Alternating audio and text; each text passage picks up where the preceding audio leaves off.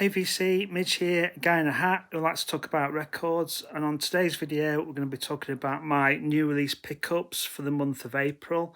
Now, I've said on a previous video that new releases have been a bit thin on the ground for me this year, but during April I picked up 5 that I'm going to show you today, and yeah, it's starting to pick up a little bit now.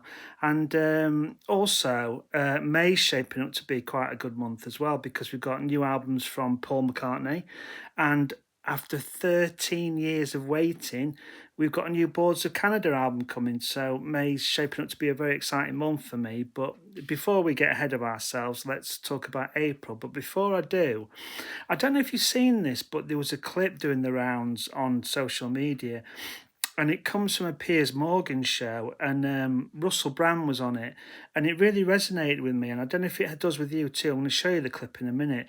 But basically, when you're a record collector, and people find out, there's always that line of, oh yeah, oh, you like records? Well, I've got loads of Beatles albums in my loft.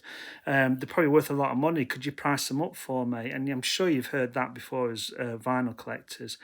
But on this show, Piers Morgan had a 1969 fourth pressing of the Beatles' Help album with the laminated flip back sleeve, no advertising in a plain white sleeve, mono pressing, and he wanted it valuing. So Russell Brand said he'd bring along his record collector rare record price guide and price it up with him. And I'll show you the clip now, and I think you'll agree we've all been there at some point.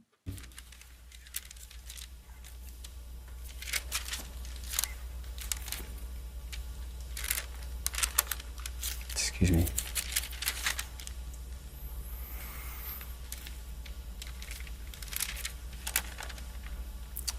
Man, I'm not going to mark it before.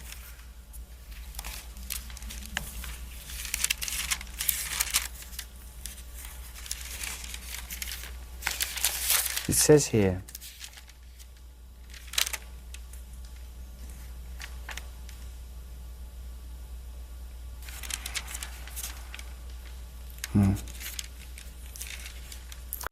Yeah, I think we can all identify with that. Beatles pressings, rare record price guide, absolute nightmare. But anyway, one more thing before we move on.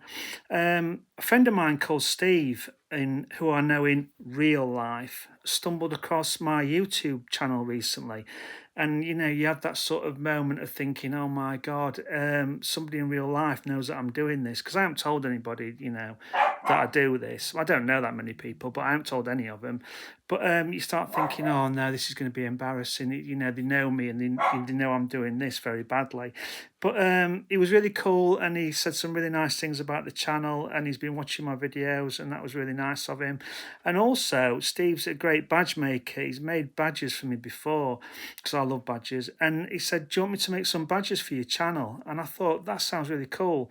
But I don't really have a logo as such, so what I did was, you probably noticed, but I've changed my logo on the channel. So I use this thing that a lot of people use now called AI, and it sort of generates things for you, because I'm not a designer, so and I'm not particularly keen on AI, but I used it in this instance to make a logo for the channel, and he's made me some badges, which was really cool. So I don't know if you can see this, but he's made me some Midge's Vinyl Gems badges and magnets, which are really cool. So thanks, Steve. So the idea is, hopefully, if you bump into me at a record fair, or I go on a vinyl VC meetup and you like badges and you want some, just hit me up and I'll give you a pack.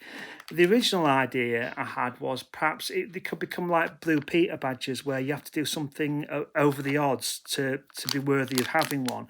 Like they did Blue Peter years ago, where you had to like clean the face of the Big Ben clock sitting on only a piece of wood and some very old ropes, or you had to clean Nelson's column with a complete disregard for any sort of health and safety practices.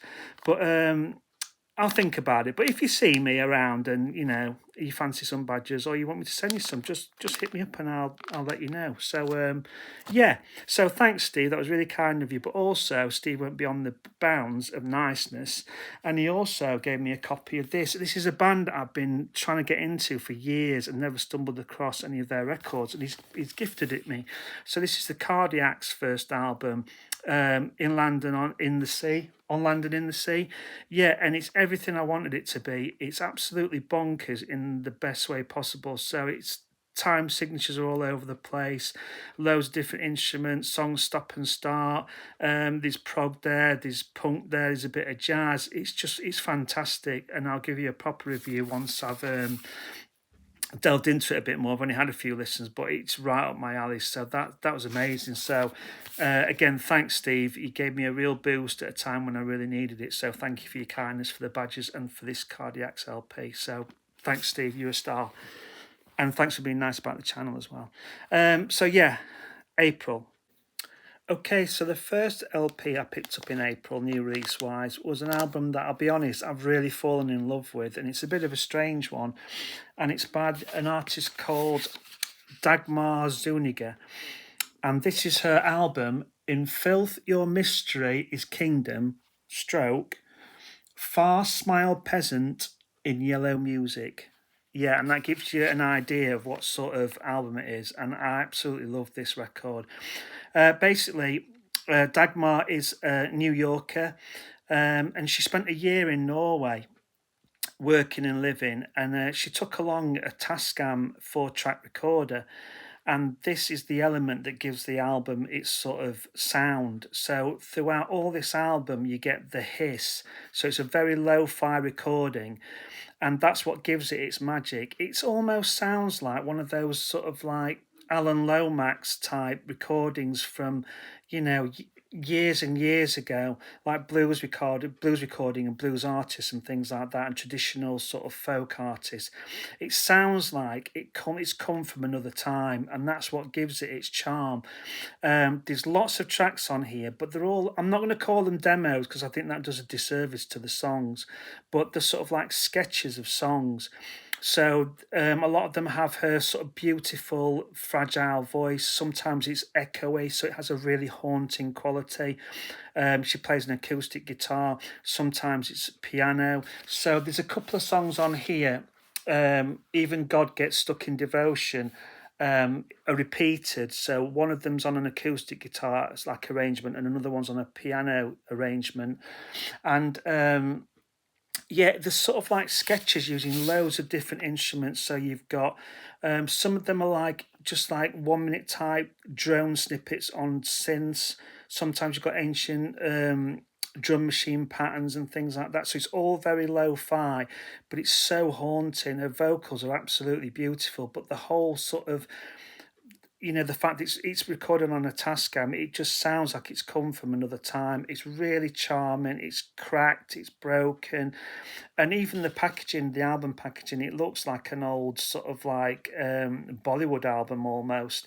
The whole package just seems to shout that it's come from another time. And that's its charm. It's distorted. A lot of the songs are only like a minute or a minute and a half. A lot of them sound unfinished, but that just adds to its charm. It's really off kilter. It's really experimental in parts, and it's got such a charm to it. And I've absolutely fallen in love with this record. It's quite weird. It's quite strange, but all the way through, you've got her beautiful vocals, and like I say, it sounds like it's come from another world and another time, and I can't recommend it enough to try it out. It's on the AD93 label. And yeah, I've been absolutely loving this. So if you want something a little bit different, a little bit haunting, and a bit eerie in times as well, and it's a wonderful record. I highly recommend you checking it out. So that's Dagmar Zuniga with In Filth Your Mystery is Kingdom, Far Smile Peasant in Yellow Music. Superb. So the next album I picked up in April is another artist who's a long-standing favourite of mine, and this is the first album in 5 years from the artist Thundercat. And I hadn't realised it had been that long since his last album, and I love Thundercat for lots of various reasons, but this is his latest, and it's called Distracted. And there seems to have been a bit of money thrown at this album. It's produced by Greg Kirsten, who produces lots of pop acts and big names. I think he's worked with Liam Gallagher as well. Kenny Beats also contributes to this album, and there's 2 tracks that are performed and written with the Lemon Twigs, which was a surprise. But yeah, it's not particularly commercial. They haven't gone for a commercial sound. His unique trademark sound is still all over this. And if you're not aware of Thundercat, he's a virtuoso bassist. He plays these monster 6-string customized bass guitars. He's highly in demand for playing on people's albums. He plays on a lot of jazz albums, and his sound is sort of like a mixture of soul and funk and hip hop. And his songs are usually very short. They're sort of almost like snatches of songs, and it's like a constantly moving tapestry of sound. It's really cool the way he does it, and his lyrics are very off kilter as well. One of the things I love about Thundercat is lyrically he's all over the place. His songs are almost like conversations in his own head.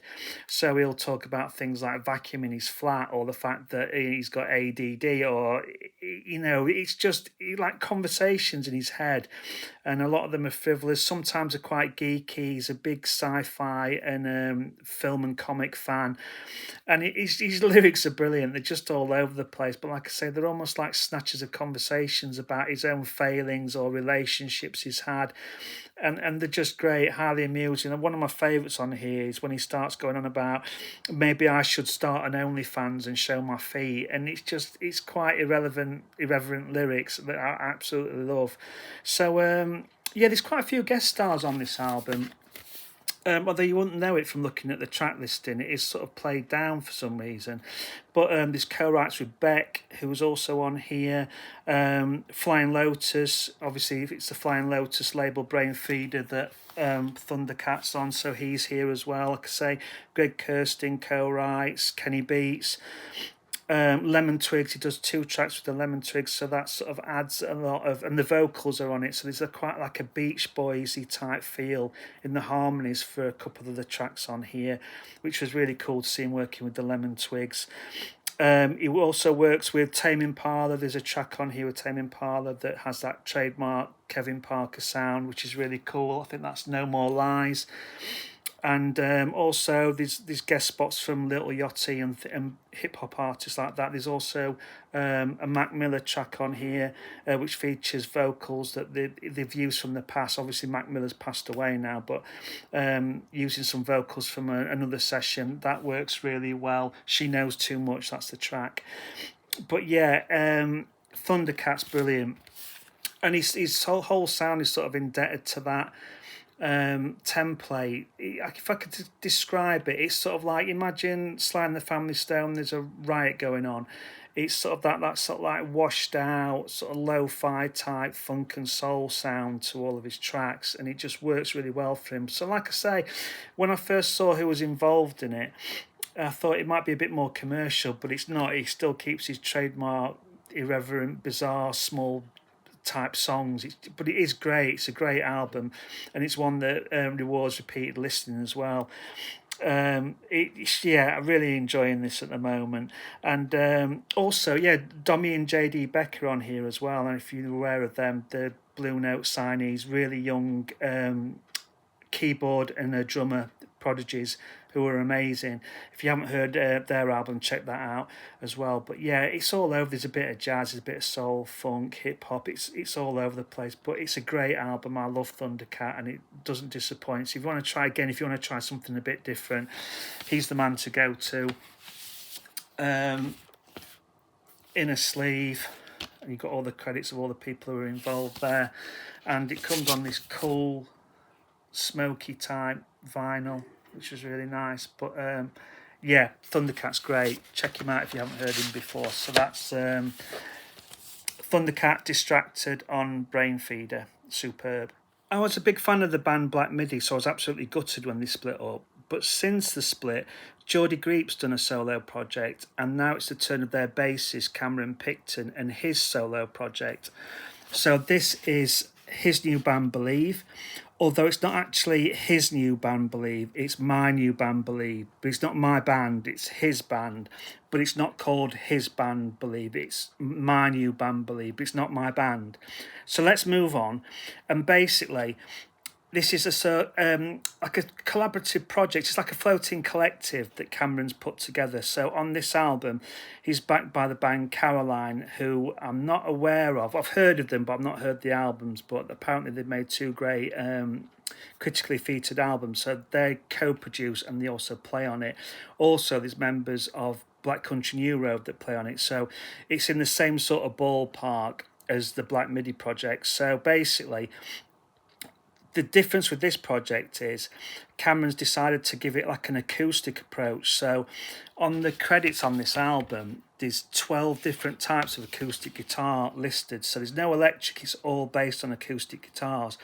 But it gives it a folk edge, but it's not folk, and it's quite ferocious. The acoustic guitars are mixed well up, so there's a backing band, there's drums and a bassist, and there's a lot of strings on this album. But the primary instrument is an acoustic guitar, and it's amazing how he makes it sound. He's very talented acoustic guitarist. There's a lot of finger picking, but it can be quite ferocious at times. So it still has this sort of Black Midi template of off-kilter arrangements, different time signatures. There's only 8 tracks on this album, but 2 of them, Heart of Darkness and Actress, are 8 minutes long, so it does get time to sort of like spread out and experiment. So both these tracks slowly build into like quite a ferocious climax, but it's a great sort of new way of approaching prog, if you like, because it is still in the prog vein and it is quite still experimental, but the acoustic guitars give it a new twist, and it's sort of like quite refreshing to hear an album like this played on acoustic guitars. It doesn't lose any of its sort of like ferocity for doing it. And in fact, this first version comes with a 10-inch which has a track called Numerology on it, which he didn't think it fitted the rest of the album, so he's kept it as a separate 10-inch. And I've never heard such a fast and ferocious acoustic riff on it. It's a fantastic track. So if you can, search out the first pressing that has this limited 10-inch on it. But yeah, it's a great album. It's not for everybody in terms of Black Midi really wasn't a band for everybody, but it's not as dark and nightmarish as Black Midi albums are. Lyrically, it's not as dark. On this album, he tends to go for like, the lyrics are like character studies. They're still obtuse, you still don't always know what's going on, but it's not as dark or it's not as nightmarish a vision as Black Midi.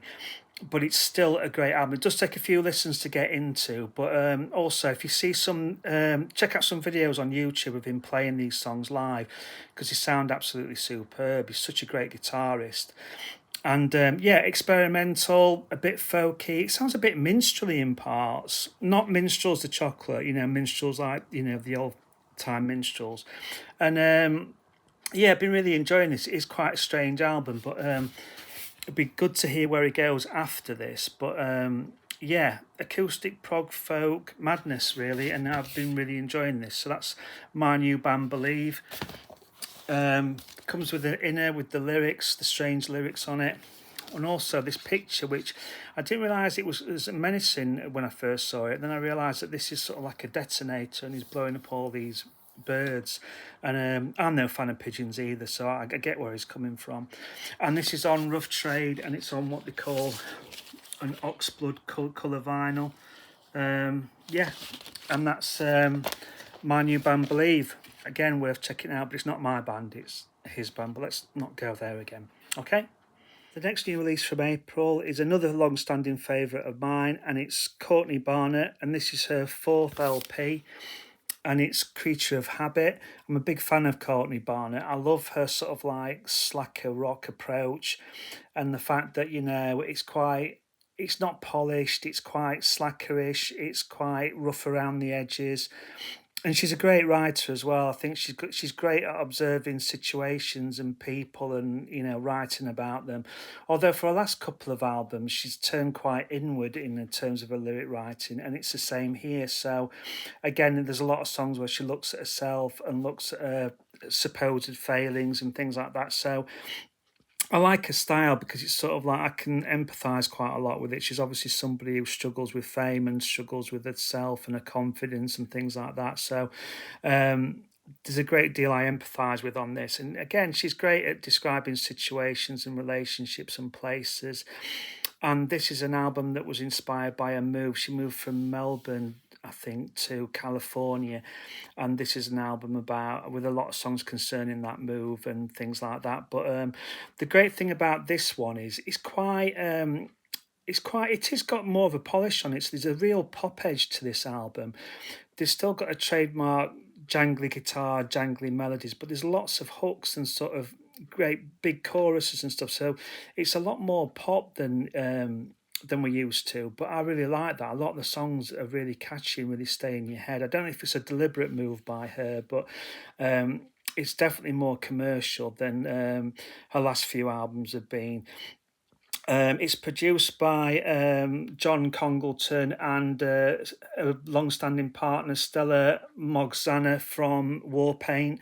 She's on here again playing drums and keyboards and things like that. So she's got her old sparring partner back in for this one. And Floating Points also plays a few synths on this. On the track Same, which is a great song. That's another great catchy. He has some great catchy synths to that.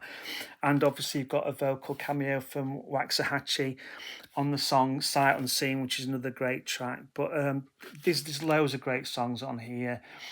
Sight Unseen, One Thing at a Time has got a great rocking solo by Courtney that sort of the last couple of minutes of the song, which really rocks out.